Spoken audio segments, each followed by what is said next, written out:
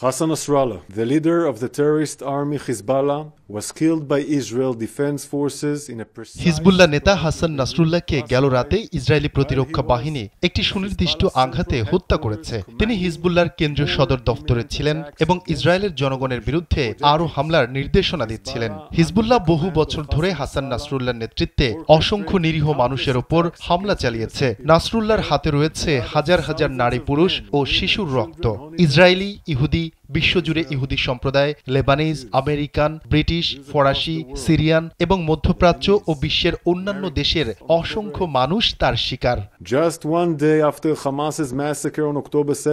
8 October Hezbollah হামাসের সঙ্গে মিলে ইসরায়েলের ওপর আক্রমণ চালিয়েছে। 7 অক্টোবর হামাসের হত্যাকাণ্ডের পর থেকেই প্রায় 1 বছর ধরে নাসরুল্লাহর নেতৃত্বাধীন হিজবুল্লাহ ইসরায়েলের শহর ও গ্রামগুলোতে হাজার হাজার রকেট, আত্মঘাতী ড্রোন, এন্টি ট্যাঙ্ক মিসাইল ও ব্যালিস্টিক মিসাইল ছুড়েছে।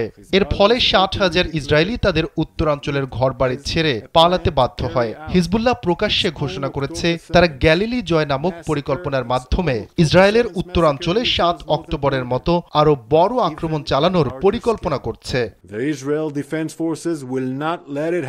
ইসরায়েলি প্রতিরক্ষা বাহিনী তা কখনোই ঘটতে দেবে না। নাসরুল্লাহ এই শয়তানি সন্ত্রাসী সংগঠনের নেতা এবং তার সঙ্গী শীর্ষ সন্ত্রাসীরা ছিল আন্তর্জাতিক আইনের আওতায় বৈধ সামরিক লক্ষ্যবস্তু। নাসরুল্লাহ ইচ্ছাকৃতভাবে হিজবুল্লাহর সদর দফতরকে বৈরুতের দাহিয়াহ এলাকায় আবাসিক ভবনের নিচে স্থাপন করেছিলেন, কারণ হিজবুল্লাহ লেবানিজ বেসামরিক নাগরিকদের মানব ঢাল হিসেবে ব্যবহার করে।